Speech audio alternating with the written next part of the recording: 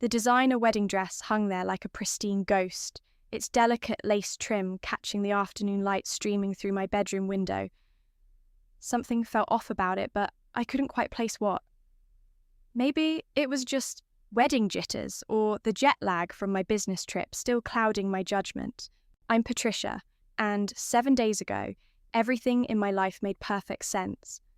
Now I'm standing here, staring at my best friend's wedding dress, supposedly her good luck charm gift to me, and trying to ignore the knot forming in my stomach.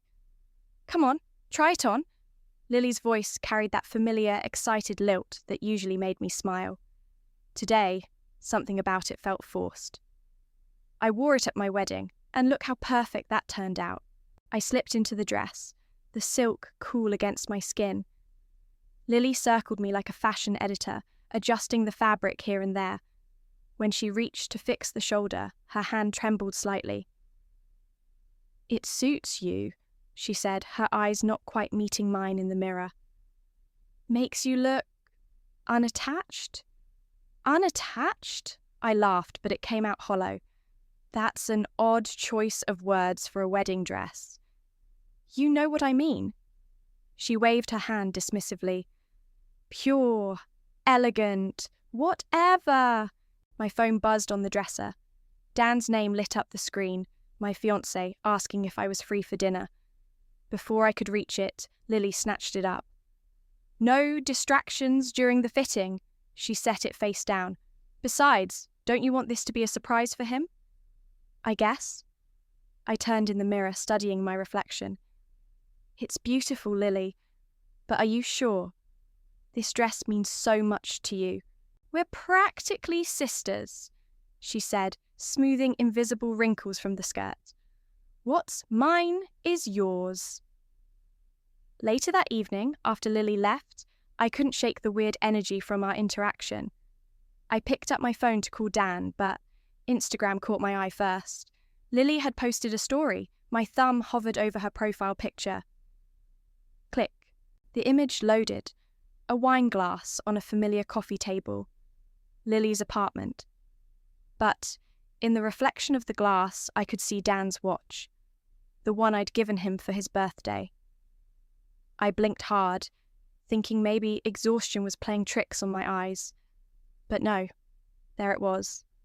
The distinctive silver band, the blue face I'd spent weeks picking out. In Lily's apartment, at 9 p.m, my fingers flew across the screen, typing out a message to Dan.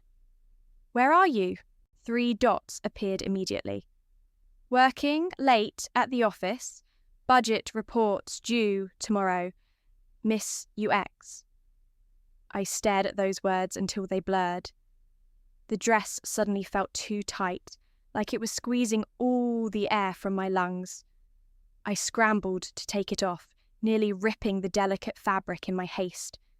As it pooled at my feet, my phone buzzed again. Lily's story had updated. The wine glass was gone, replaced by a cryptic caption. "Sometimes the best things in life are worth waiting for." The knot in my stomach transformed into a block of ice. I picked up the dress, studying it with new eyes. There, on the inside hem, was a small brown stain.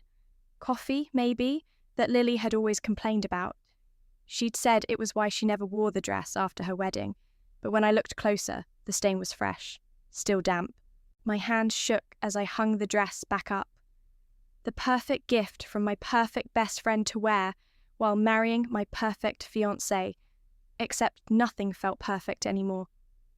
I grabbed my phone and opened my recent calls. Lucia, my sister, answered on the second ring. "Hey, stranger," she said. "Wasn't expecting to hear from you until the rehearsal dinner." "Lucia," my voice cracked slightly. "Remember when you said you needed to tell me something about Dan? Something important?" The silence on the other end stretched for 3 heartbeats. "Yeah," she finally replied, "but you might want to sit down for this." The rehearsal dinner buzzed with excitement, but all I could hear was Lucia's words from last night echoing in my head. "I've seen them together, Patty, more than once, and not in a way a best friend and future husband should be." I stood near the bar, watching Dan and Lily across the room. They weren't exactly standing close, but there was something in their body language, a familiarity that made my skin crawl. Beautiful centerpieces, Viviana sidled up next to me, champagne in hand. Though I'm surprised Lily didn't insist on arranging them herself. She usually has to control everything. She's been different lately, I said, taking a sip of my own drink. As if on cue, Lily's laugh carried across the room. That specific laugh she reserved for men she was trying to impress. Dan leaned in to whisper something in her ear. She stifled another laugh, touching his arm briefly before glancing around the room. Their eyes never met mine. "Speech time!" someone called out. The crowd shuffled to their seats. I reached for my phone, habitually checking that my work recording app was off. I'd used it earlier for a client meeting. The red recording light blinked back at me. Still running. Dan stood up first, champagne in hand. "To my beautiful bride-to-be," he started, but my attention drifted to Lily, who was typing furiously on her phone, her lips pressed into a thin line. My own phone buzzed, a message from Lucia. "Watch them when nobody's looking." So I did. Between speeches, while everyone else was focused on the speakers, I saw their silent exchange, a nod here, a meaningful glance there. At one point, Lily disappeared to the bathroom. 2 minutes later, Dan excused himself. "I need some air," I muttered to Viviana, standing up. Instead of heading outside, I followed the hallway toward the bathrooms. Voices drifted from around the corner. "Can't keep doing this," Dan's voice barely a whisper. "Just a few more days," Lily replied. "Once everything's settled." I pressed myself against the wall, hardly breathing. My phone was still recording. "She doesn't suspect anything?" Dan asked. "Please. She trusts me completely. That's what makes this so—" Lily's voice trailed off as someone else entered the hallway. They fell silent. I slipped into the women's bathroom, locking myself in a stall. My hands trembled as I raised my phone, stopping the recording. 4 hours of audio. Somewhere in there would be every whispered conversation, every secret exchange. When I returned to the table, Lily was giving her maid of honor speech. "Patricia has been my best friend since we were kids," she gushed, tears glistening in her eyes. "She deserves all the happiness in the world. And Dan," she turned to him, something flickering across her face, "you better take care of her." The room applauded. I forced myself to smile, to raise my glass, to play the happy bride-to-be. But inside, I was already plotting. Later that night, after everyone had left, I sat in my car in the empty parking lot. The audio file loaded on my phone, and I started listening. Mundane dinner conversations, clinking glasses, scattered applause. Then I heard it. "You'll be happier with me," Lily's voice clear as day. "She doesn't really know you. Not like I do." Dan's response was muffled but unmistakable. "I know, God, I know." My hands gripped the steering wheel until my knuckles turned white. The recording continued, but I couldn't listen anymore. Not yet. I saved the file, my finger hovering over the delete button for a moment before naming it. Wedding evidence. My phone lit up with a text from Dan. "Had a great time tonight, beautiful. Can't wait to marry you." I stared at those words, at that heart emoji, and felt something inside me harden. The hurt was still there, but now it was crystallizing into something else, something colder, something stronger. I typed out my response. "Me too, babe. Everything's going to be exactly as it should be." And for the first time that night, I wasn't lying. "Sorry, something came up at work," I texted Lily. "Can't make lunch today." She replied instantly, "No worries. Self-care is important before the big day." I sat in my parked car across from her apartment building, watching the entrance. The irony of her self-care comment wasn't lost on me. 20 minutes later, a familiar silver Audi pulled into the parking lot. Dan. My hands shook as I opened my phone's camera. He didn't even look around before entering the building. They'd done this enough times to feel safe. "You were right," I texted Lucia. "He's here." "Want me to come over?" "Not yet. I need proof." I waited 15 minutes before following. The security guard recognized me. I'd visited Lily countless times before. "Ms. Lily's friend, right? Go on up." The elevator ride to the 7th floor felt endless. When the doors opened, I heard them before I saw them. Laughter drifting from her apartment. I crept closer, phone ready. The hallway was empty. "Can't believe she bought the dress story," Lily's voice carried through the door. "You should have seen her face when she tried it on." "Baby, you're evil," Dan replied, his voice playful. My stomach lurched. "You love it," she purred. I pressed record on my phone just as the door opened. Lily stood there in a silk robe, her hair messy. Behind her, Dan scrambled to button his shirt. "Patricia!" Lily's face went white. This isn't..." I kept recording. "Isn't what, Lily? Isn't you fucking my fiancé?" Dan stepped forward. "Patty, please, we can explain." "Explain?" My voice was eerily calm. "Explain how long you've been lying to me? How you gave me your wedding dress as some sick joke?" Lily reached for me. "I never meant to hurt you." "Don't." I stepped back, still filming. "Don't you dare pretend this wasn't intentional." "Put the phone down," Dan said, his tone shifting from pleading to threatening. "You're being hysterical." "Hysterical?" I laughed. That's rich coming from a man who can't keep his dick in his pants. "Patricia," Lily's voice cracked, "you're my best friend. We can work through this." "Best friend?" I stopped recording and played back the clip from the rehearsal dinner. Their voices filled the hallway. "You'll be happier with me. She doesn't really know you." Their faces drained of colour. "How long have you been recording us?" Dan demanded. "Long enough?" I backed away. "By the way, Lily, remember my mom's lawyer, Ruben? He's been trying to reach me about some inheritance details. Funny how you asked about that last month." Something flashed across Lily's face. Guilt, panic, or both. "You should leave," she said quietly. "Oh, I'm leaving. But first..."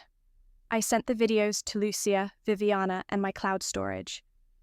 "Just making sure I have backups."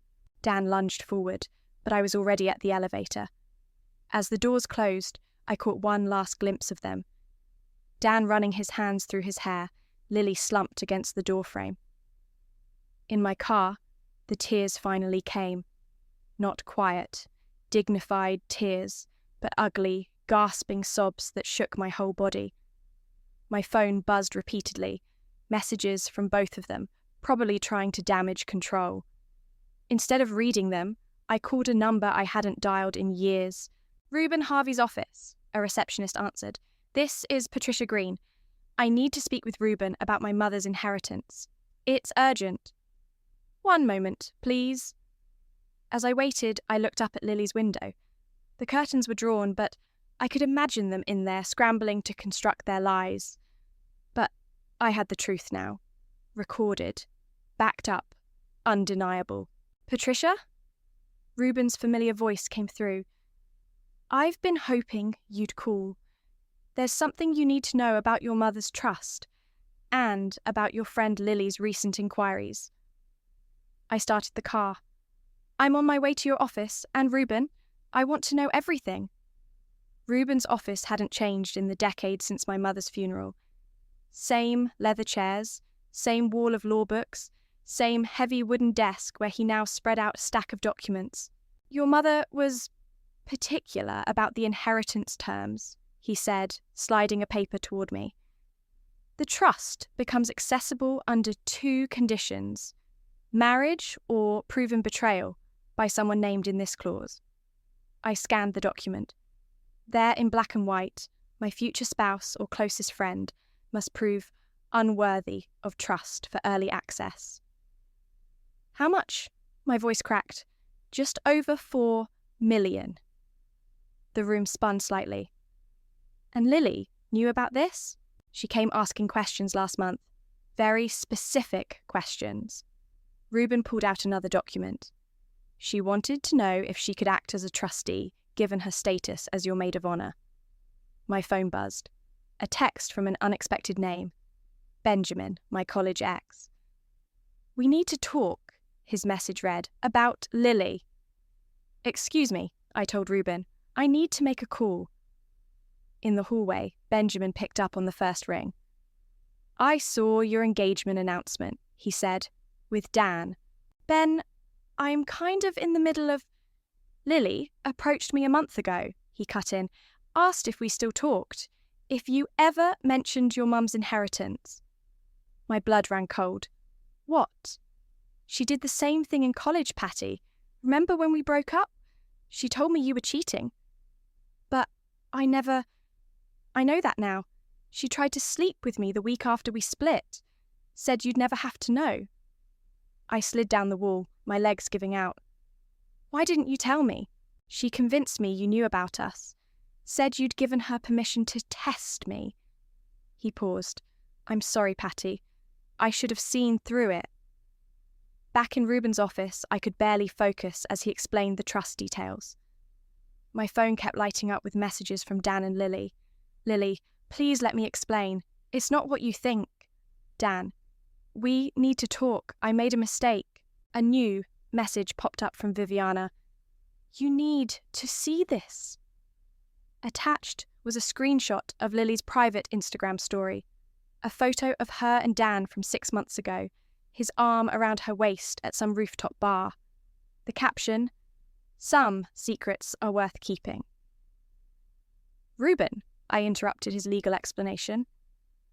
"What happens to the trust if I expose them before the wedding?" He adjusted his glasses. "The betrayal clause activates immediately. You'd have full access within 48 hours. And if I went through with the wedding, they'd have potential claim to half, given marriage laws." My phone buzzed again. "Lucia, Benjamin just called me. You're not going to believe what else he found." I opened my laptop, pulling up my email. "I need copies of everything, Reuben. Every document, every inquiry Lily made, every detail of the trust."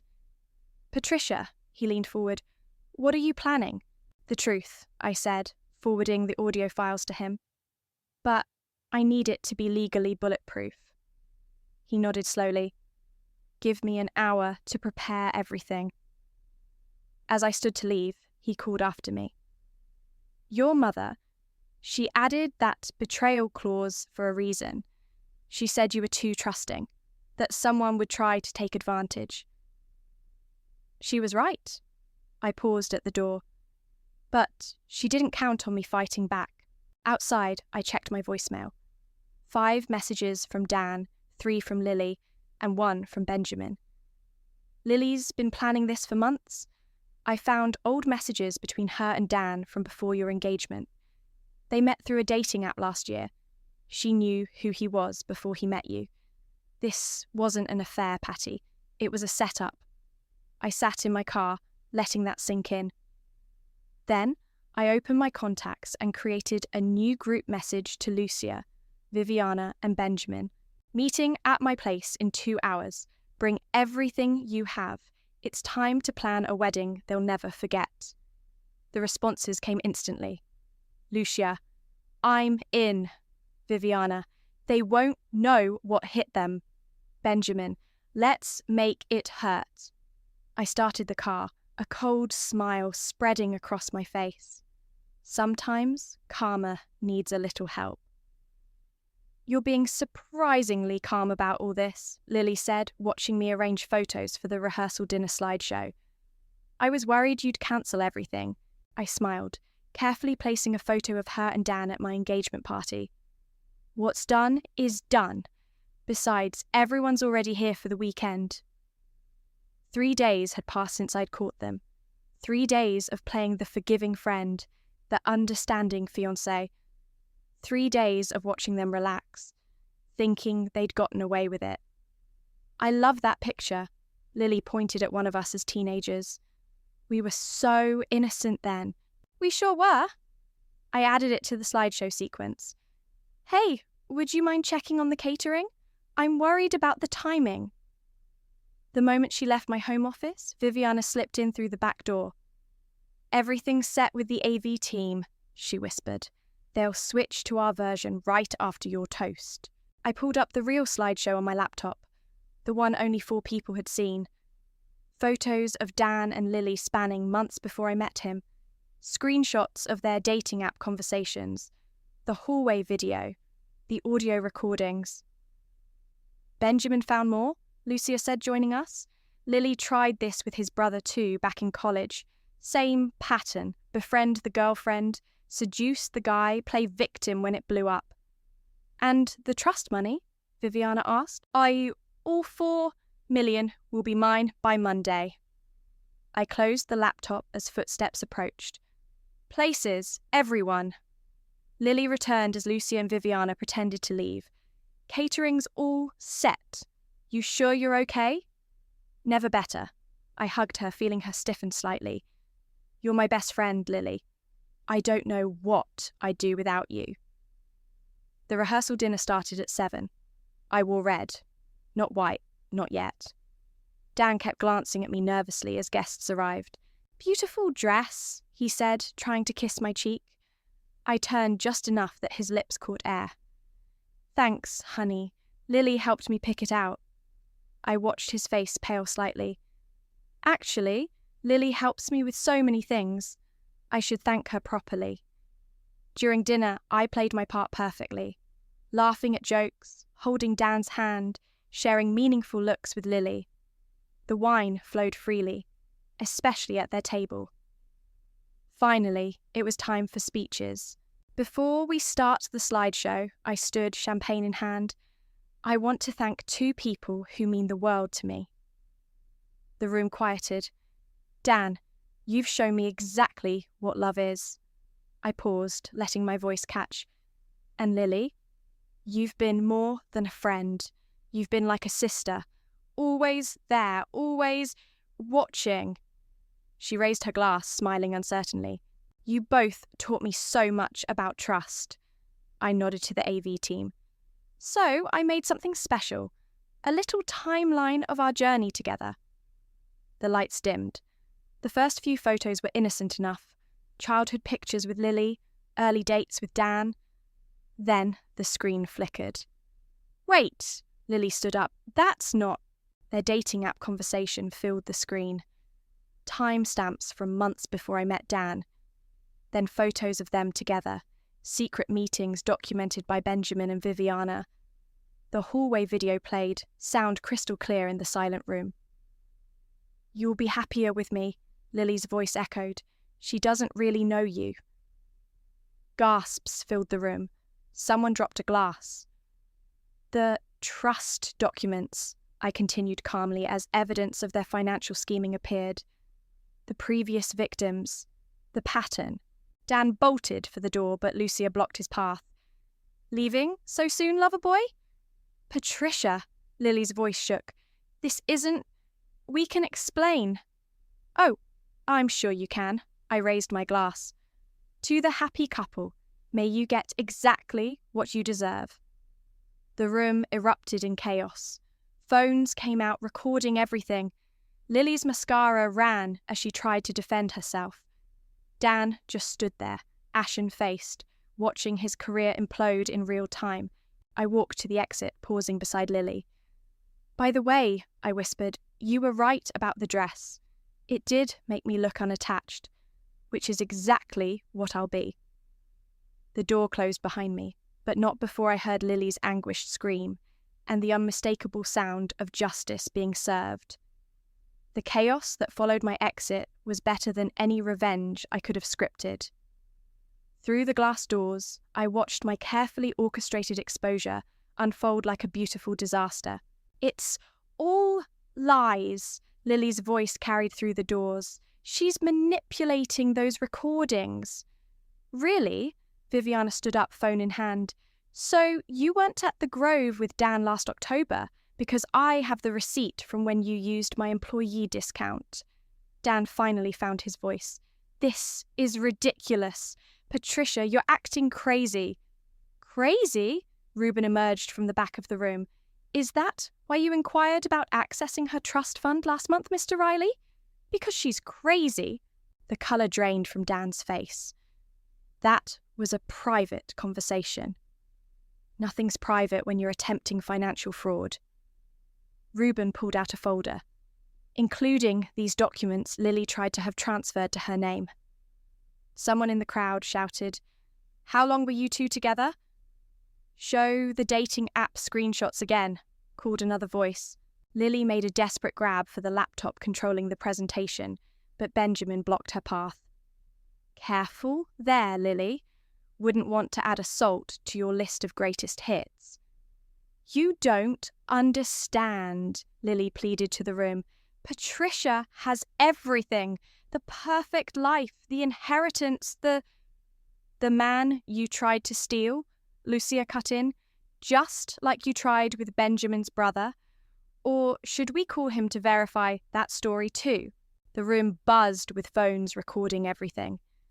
I could practically see the social media posts writing themselves.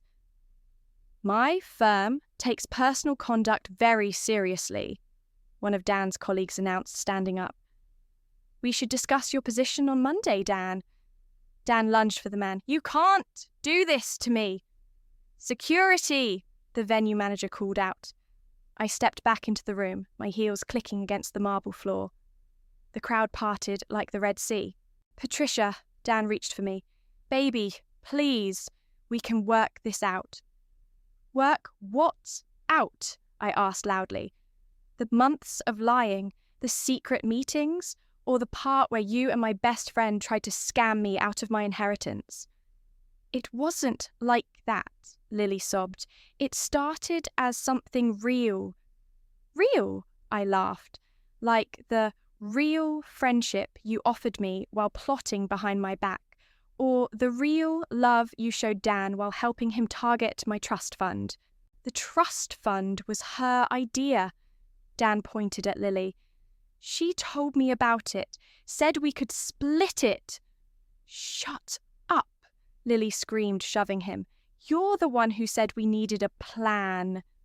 Their argument devolved into a spectacle of accusations and revelations, each trying to save themselves by damning the other. "I think," Reuben's authoritative voice cut through the chaos, "the terms of the betrayal clause have been more than satisfied. Patricia, I'll have the trust transfer completed by Monday." "You can't!" Lily lunged forward. "That money was supposed to be yours," I finished for her. "Like Dan was supposed to be mine. Like our friendship was supposed to be real." Security finally arrived, moving toward Dan, who was still trying to threaten his colleague. "You know what the saddest part is?" I addressed them both. "I would have helped either of you if you needed money. All you had to do was ask. Instead, you chose this." "Patricia, wait!" Lily called as I turned to leave again. "What about the wedding? All these people came." "Oh, the wedding's still on," I smiled, "and just not the one you expected." "Everyone," I addressed the room, "please join me tomorrow at noon. Same venue. Instead of a wedding, we're having a celebration of truth. And karma." The crowd erupted in applause and cheers. Through the commotion, I heard Dan being escorted out, still protesting, and Lily's mascara-streaked face crumpling as her modelling agent loudly terminated their contract. "That's what happens," Lucia appeared beside me, "when you mess with my little sister." I watched as Lily's carefully constructed world collapsed around her, while my own grew stronger with every revelation. "Ready to go?" Benjamin asked, offering his arm. "Almost." I turned to the crowd one last time. "The open bar is still running. Drink up. We're celebrating honesty tonight." As we left, the sound of applause followed us out. Sometimes, the best revenge isn't served cold. It's served in front of witnesses with receipts. I woke up on what should have been my wedding day, feeling lighter than I had in weeks. The white dress hanging on my closet door wasn't Lily's borrowed one.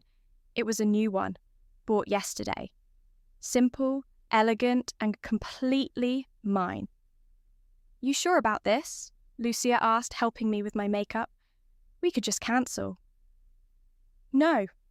I applied my red lipstick carefully. "They don't get to take this day from me too."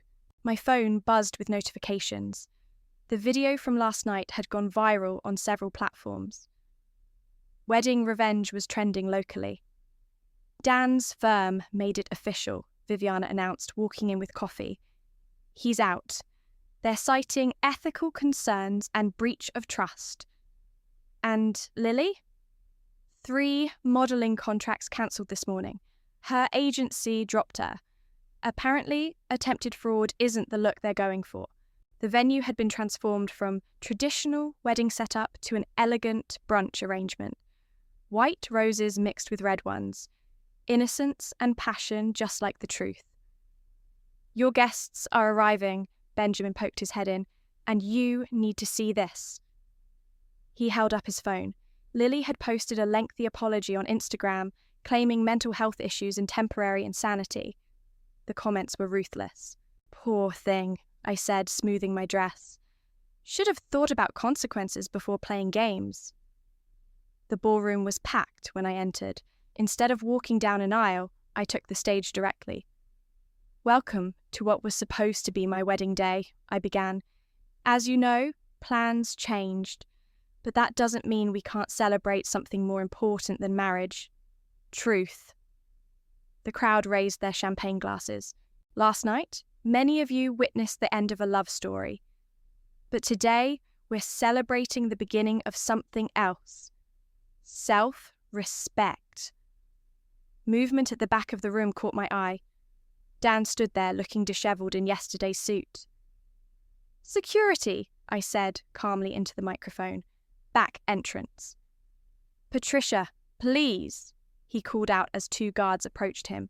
"I can explain everything." "I think you explained enough last night," Benjamin stood up, "when you tried to blame Lily for your own greed." "Speaking of Lily," Viviana added loudly, "check her latest story. She's throwing you under the bus right now, Dan." He pulled out his phone, face darkening as he read. The guards escorted him out as he shouted threats about lawyers and defamation. "As I was saying," I continued, "today we celebrate truth. And to help us do that, I'd like to introduce someone special. Reuben?" My mother's lawyer took the stage, carrying a familiar folder. "The trust your mother left you," he announced, "is now fully transferred to your name. But there was one more thing she left. A letter to be opened on your wedding day. Or," he smiled, "the day you discovered who your real friends are." My hand shook as I opened the envelope. "My dearest Patricia," I read aloud, "if you're reading this, you've either found true love or true betrayal. I knew someone would try to take advantage of your generous heart. But I also knew you were stronger than anyone realized. The money isn't your real inheritance, darling. Your real inheritance is the strength to stand alone rather than accept lies dressed as love. I'm proud of you. Love, Mom." Tears threatened to ruin my makeup, but I held them back. To my mother, I raised my glass. Who knew me better than I knew myself? The brunch continued with stories, laughter, and more than a few social media updates. My phone kept buzzing with messages from unknown numbers. Apparently, my story had struck a chord. "So," Benjamin said, joining me at my table, "what's next for the woman who turned a wedding into a victory party?" "First, I'm starting my own interior design firm. The trust money will help with that. And second," I smiled, thinking of the wedding dress still hanging in my closet, "I'm donating Lily's dress to a charity shop. Let it bring someone else luck. Better luck than she had." "To new beginnings." Lucia raised her glass. "To truth," added Viviana. "To karma," Benjamin chimed in. I looked around at my real friends, my true family, and felt nothing but peace. To all of the above, I said, and to whatever comes next. The future stretched out before me, wide open and entirely mine. The wedding dress story has gone viral, Viviana announced, scrolling through her phone as we sat in my new office. 3 million views and counting. People are calling you the Revenge Bride. I adjusted the Patricia Green Interiors sign on my desk, still fresh from installation. As long as it helps other people spot the red flags I missed. My laptop chimed with a new email notification. Speaking of viral, I clicked open the message. Modern Wedding Magazine wants to interview me. They're launching a podcast about relationship red flags and wedding disasters. Do it, Lucia said from where she was arranging colour swatches. Your story might save someone else from going through the same thing. My phone buzzed. A text from Benjamin. Turn on Channel 7 now. I grabbed the remote for the office TV. There was Dan, being led out of his former office building in handcuffs. Breaking news, the reporter announced. Daniel Riley has been arrested for financial fraud. Sources say this is unrelated to his recent viral wedding scandal, but involves a pattern of investment schemes targeting wealthy women. Karma really doesn't mess around, Viviana whistled. Another notification popped up. A direct message from Lily's sister. You should know she's been doing this for years. Thank you for exposing her. Our family can finally stop enabling her behaviour. Patricia? My assistant knocked on the door. Your first clients are here. A young couple entered, looking nervous but excited. We love what you did with the Riverside Hotel renovation, the woman said, but honestly, we're here because we saw your story. Anyone who puts that much attention to detail into exposing the truth must be amazing at design planning. I smiled, pulling out my portfolio. Let's create something honest and beautiful for you. As I walked them through design options, my email pinged again, this time from Ruben. Lily tried to contest the trust distribution. Judge threw it out in record time. Also, she's being investigated for similar schemes in 3 other states. Everything okay? My client asked, noticing my expression. Perfect, I replied. Just watching justice work its magic. After the clients left, I opened the bottom drawer of my desk. There sat Lily's wedding dress, cleaned and boxed. I'd been waiting for the right moment. Ready? Lucia asked, picking up the box. We drove to Hope's Haven, a women's shelter I'd researched thoroughly. The director met us at the entrance. We can't thank you enough, she said, accepting the dress. With the proceeds from auctioning this designer dress, we can fund our legal advocacy program for months. Make sure everyone knows its history, I said, how it represented betrayal, but became something meaningful instead. Back in my car, I found one last message waiting. A wedding planning website wanted to feature my story in an article titled, Trust Your Instincts, How One Bride Turned Betrayal into Triumph. You should end the article with this, Lucia suggested, snapping a photo of me in my office. The sunset streamed through the windows, illuminating the space I'd created from the ashes of betrayal. Actually, I took out my phone, opening my notes. I already know the perfect ending. I read aloud what I'd written. To anyone facing betrayal, you don't need borrowed dresses or fake friends. Your worth isn't measured by the lies others tell, but by the truth you choose to live. Sometimes the happiest ending isn't walking down the aisle. It's walking away with your head held high. Send it, Viviana urged. People need to hear that. My phone lit up with another notification. A photo from the charity auction. Lily's dress sold for triple its original value, all going to help women rebuild their lives. Perfect symmetry, I murmured, thinking of how something meant to hurt me would now help others heal. Benjamin appeared in my office doorway. Dinner? We're celebrating Viviana's promotion. Coming, I said, taking one last look at my new space, my new life. The sun set behind the city skyline, painting everything in shades of possibility. I didn't need a white dress or borrowed luck. I had something better: truth, strength, and a future entirely my own. I locked my office door, leaving behind the last echoes of what might have been, and stepped confidently toward what would be. Sometimes the best revenge isn't just living well, it's living truthfully.